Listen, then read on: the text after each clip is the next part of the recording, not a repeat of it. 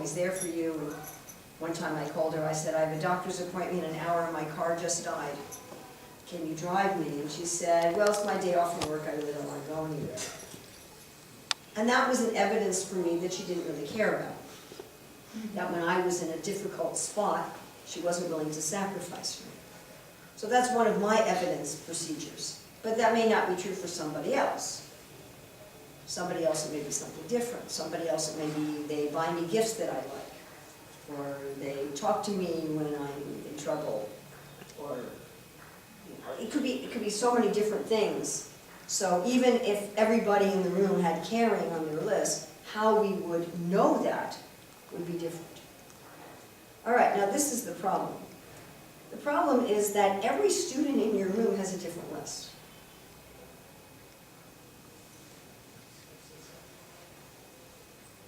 Every student you deal with has a different list as to what are the most important, whatever's at your top 4 are what's really important to you.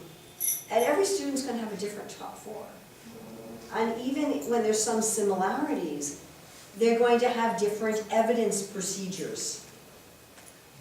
So even if 2/3 of the kids have trust, how they understand that they can trust you is going to be different for each student. Now ideally, in an ideal world, we would know that about each kid. We would know about each kid what was the most important to them in terms of establishing a relationship and how we could show them.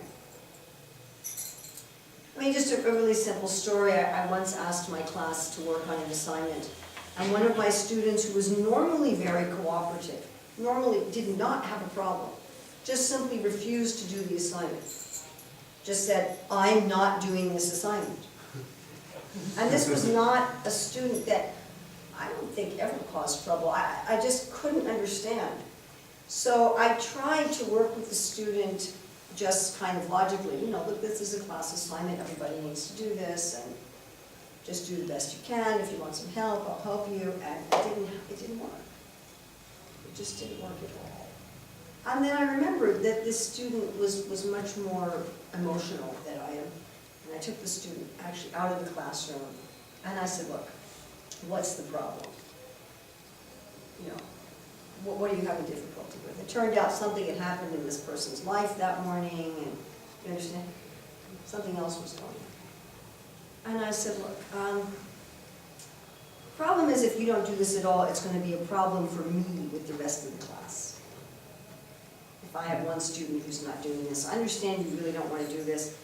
Can you just do it at least on some level, just as a favor for me, so that I can teach the class? And the student said, okay, I'll do that. So that's not normally the way that I would interact with someone. But I just remembered, okay, what's important to this person is something different than what's important to me.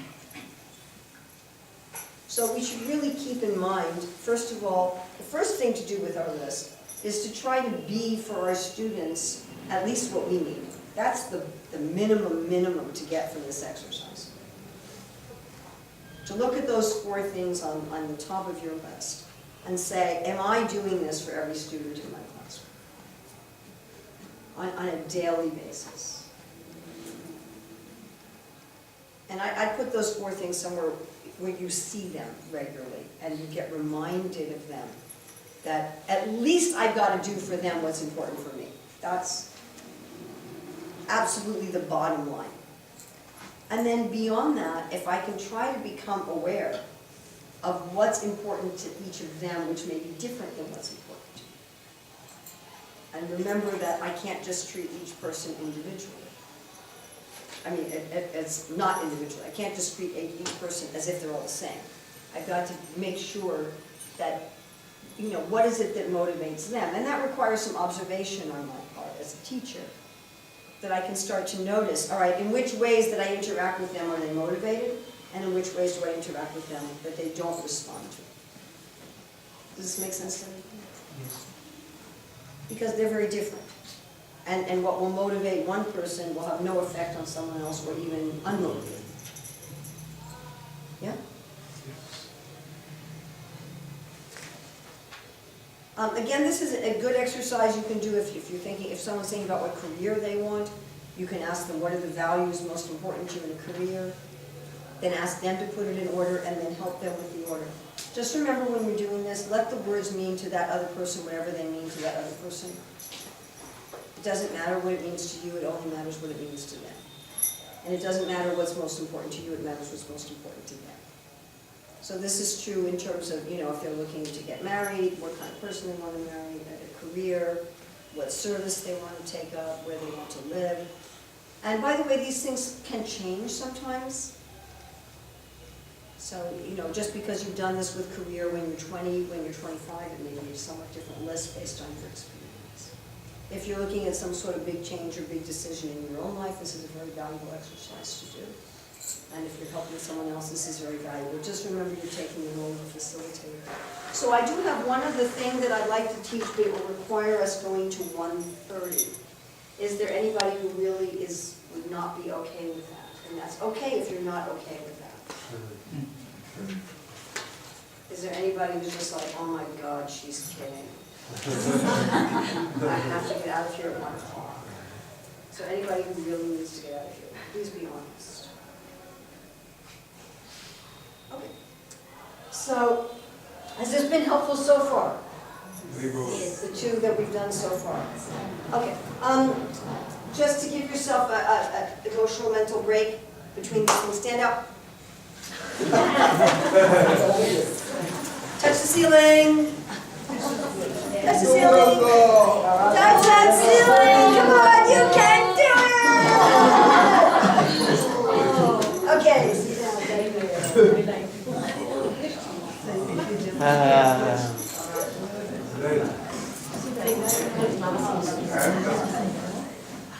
All right, you can sit down. Thank you. Okay, this first one is just for you to take notes. This is just for your notes, if you want to take any notes. It just help you organize your notes.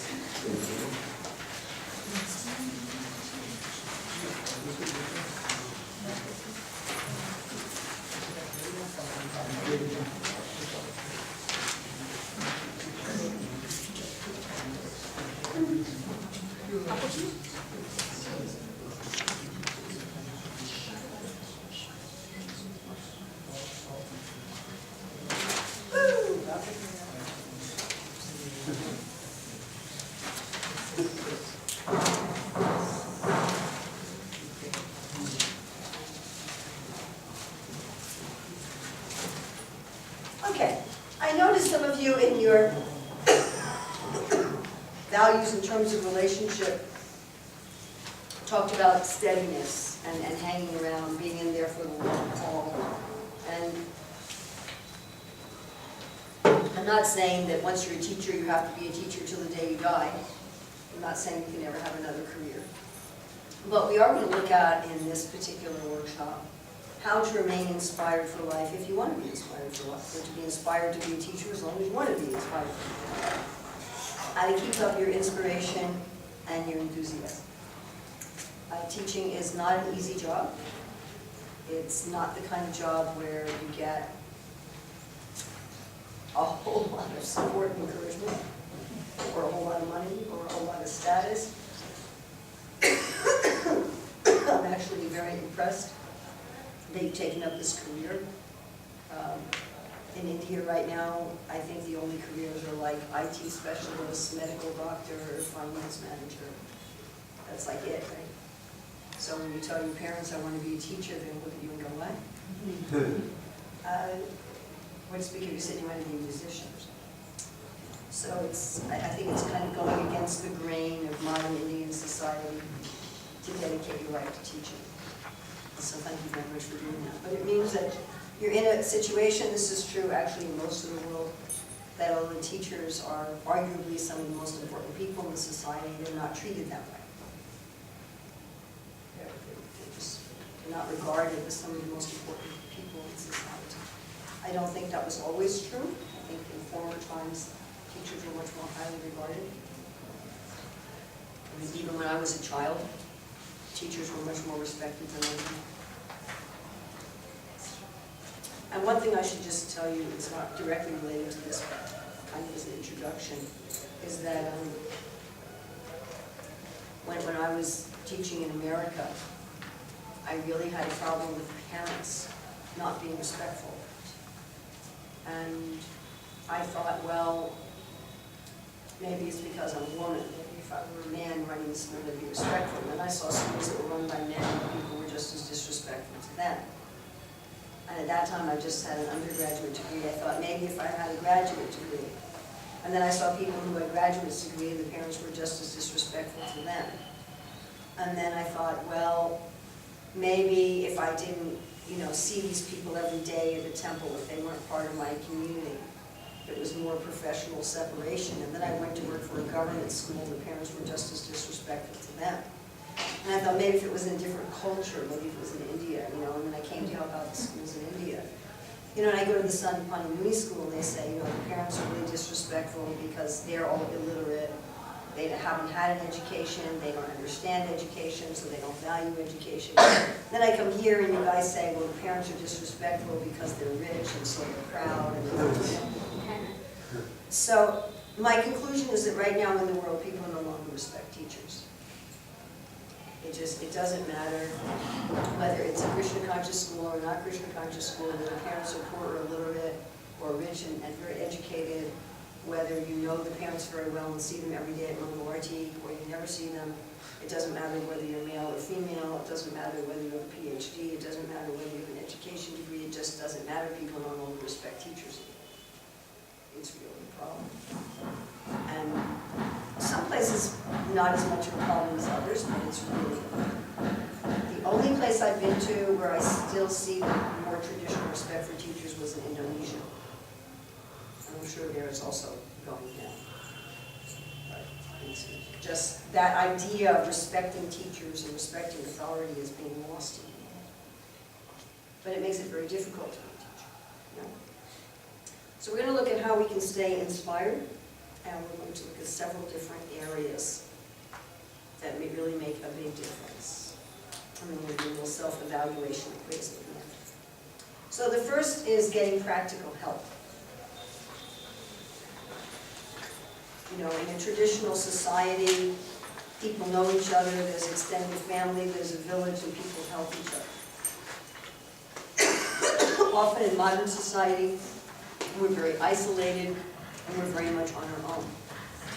At least among the teachers in the school, you can certainly help each other.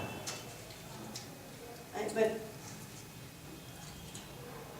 the questions are, do we ask for the help that we need? Are people interacting with each other and helping with each other? What are the strategies that we use to get help if we're not getting it? I mean, one of the things that I've noticed in visiting schools is that often people don't talk much to each other. You have two teachers teaching the same subject and they never talk to each other.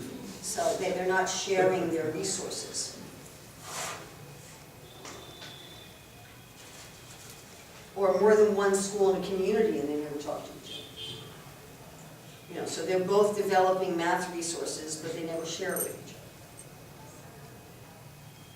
So to get practical help means really building a community where you can say, hey, I'd like to do this really cool thing for English. Do you know of any resources like that? Have you done anything like that? Do you know where I can find it? And if you see that somebody's struggling with something, volunteer to help them out. Hey, I saw that Krishna Das was really acting up in the line, in the queue. Is there something I can do to help him out? I had him last year with my science class. And I think I have a good way of how to deal with him. So really getting practical help with what you need. And the next thing is spiritual nourishment. So Srila Prabhupada wanted all the leading preachers in the world to take a break once a year and go to Mayapur and get spiritually recharged. And of course, the idea is that we're also doing that every day. That we have our time every day where we get spiritually recharged. Now, one difficulty is how many of you are with the children during your sadhana time? How many of you spend sadhana time with the children? One, two, three. Anybody else sadhana time with the children? Your personal sadhana time that you're with children. Just you three. First, they come to my staff room and they say, So the teachers who take the kids for sadhana, they're not here? Where are they? classroom teacher. Teachers. This is all classroom teachers. Some of them are there. Okay, I'm going to ask again. How many of you spend your personal sadhana time with the children? Your chanting, your japa time with the children. Mangal Arati. Okay. Like, where are those people? The kids aren't going by themselves. Okay, guys, go to Mangal Arati. Let me know when you get back. So, the people who do that, it's harder. Because you're working during your own sadhana time. Yeah? You're working. I did that for 17 years. For 17 years, my morning program was with up to 30 children. That's not counting the time before that when my own children were young and I was going to the temple. So that's very difficult. It's a lot more difficult to get your own nourishment, to be there in the kirtan and be meditating, you know. Hey! You know, it's a whole different thing. And it's really hard to go into a deeply meditative, connected space because you're not just looking at Gaura Nitai. You can't. If you're just looking at Gaura Nitai, you're going to lose some kids. Hey, where did he go? So especially for those teachers where your sadhana time is part of your work time, you really need to also have some sadhana time that's not part of your work time. Sometime every day, when you're chanting japa, when you're reading the shastra, when you're not also taking care of 20 boys. And with spiritual nourishment, it also means doing our spiritual things in a way that's deep and meaningful for us. Which may mean doing on a regular basis items in spiritual life that really enliven us personally. And that's different for different people. For some people, that's really studying the Shastra in depth. For some people, it's getting flowers to put on their altar. For some people, it's reciting slokas. You know, each of us has something in spiritual life that's particularly nourishing for us. In the 7th canto, in the verse where Prahlad Maharaj is speaking to Hiranyakashipu, Shravanam Kirtanam Swarnamandam, in that purport, Prabhupada says that each of us should take up the processes according to our personal taste. So we do have some regulations that are for everyone, but then in addition to that, we want to really take up what's according to our personal taste. Just like any time I go to a temple where Gopal Krishna Maharaj is visiting, what is he doing in the morning? What will I see Gopal Krishna Maharaj doing in the morning wherever he's visiting? What specifically? He's offering Mangalarti. Always. Anywhere. Anywhere. I've seen him many places in the world. You will always see him offering Mangalarti. I was just in Chennai, Bhanu Swami was there. He's singing for Mangalarti. He's not on the altar. You understand? Everybody's different. Bhanu Swami doesn't have any personal deities at all. He travels with tons of books. Wherever he goes, he's constantly translating. Have you seen how many books he's translated? Like 80, 100 books he's translated. This big. He's constantly translating. Gopal Krishna Maharaj has a whole bag full of deities.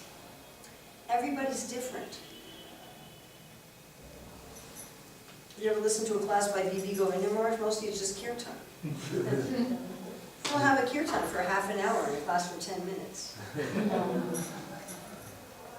We're all different. So find what it is in your spiritual life that really enlivens you and make sure that you do it regularly, if possible daily, so that we're nourished. If we're not nourished, we're like, you know, a phone that's not charged. Yes. All right, the next area is association of fans. Now by fans here, we don't mean that kind of fans. Like cheerleaders.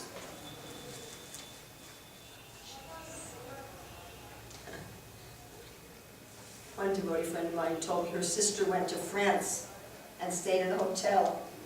And she was hot, so she asked for this kind of a fan. But her French wasn't very good. So she said to the hotel manager, "Can I have a fan?" So they sent out one of the servants and said to her, "Oh, madam, you are so beautiful."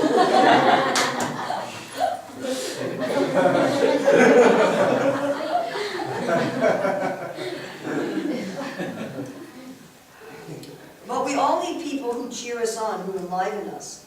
I mean, when I was looking at my list here of what were the things that really motivated me, it was almost always someone who observed something good about me and encouraged me.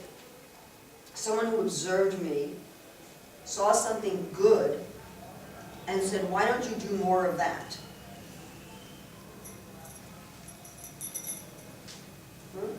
And we all need that. We all need people who are going to say, you know, "Yay! Yay!" And that can be devotees or even non-devotees who are not even teachers. You know, somebody in our life who just says, "Hey, you know, great job." Now, sometimes you get this from former students. I used to have a file, or sometimes current students, but usually it's former students, by the way. It's not usually current students you get this from. It's generally former students. You very rarely get this while you're teaching somebody. It's usually going to be 5, 10, or maybe 15 or 20 years later you get this. You get these little cards and stuff, little messages. You know, "Thank you so much, you did this for me, and this for me, and this for me." And I kept a file of them. And there were times that I would go through and read them. It's like, I am going to read through my file. "Thank you so much for teaching me this. Thank you for being there for me." You know, sometimes from parents, but very rarely. That's rare. And then there's Prabhupada's quotes about the importance of teaching, the value of Gurukula, the value of education. That can also act like a yay, and we all need a yay sometimes, right? It's really hard to go on day after day after day without anybody ever going, "Woo! You're doing a great job!" All right, then the opposite is people who correct us. And we also need that.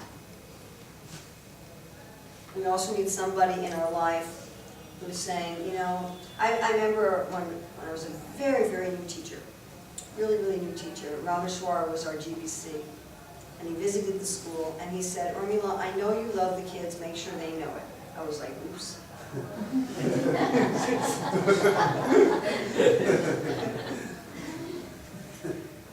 But it had a huge effect on me. It was like, okay, it's really important to make sure that the kids know that I love them and I wasn't doing it. So somebody will correct you. And of course, you know, we can correct ourselves as well, but we won't always see stuff in ourselves. So it's good to have somebody external. And that can be another teacher, but it can sometimes be other people. Now, it's usually not that hard to find somebody who will correct you. But it's good if you have people who correct you who know something, who actually have some knowledge and experience. And that's the kind of thing you can set up in a school. So, at least a few years ago, it was a very big thing in Japan. where teachers would observe other teachers' classrooms and give each other feedback. You know, obviously there has to be some relationship of trust and respect to do that. But to go in and say, hey, okay, this was working and this thing needs to be improved. And of course, if you want people to correct you, you have to not yell at them when they do. Yeah? I think we have a tendency when people correct us, we say, okay, time for my armor. Thank you for correcting me. Goodbye.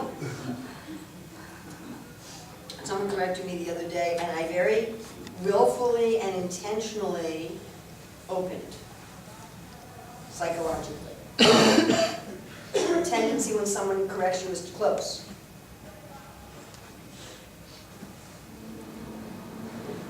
But I willfully, psychologically opened.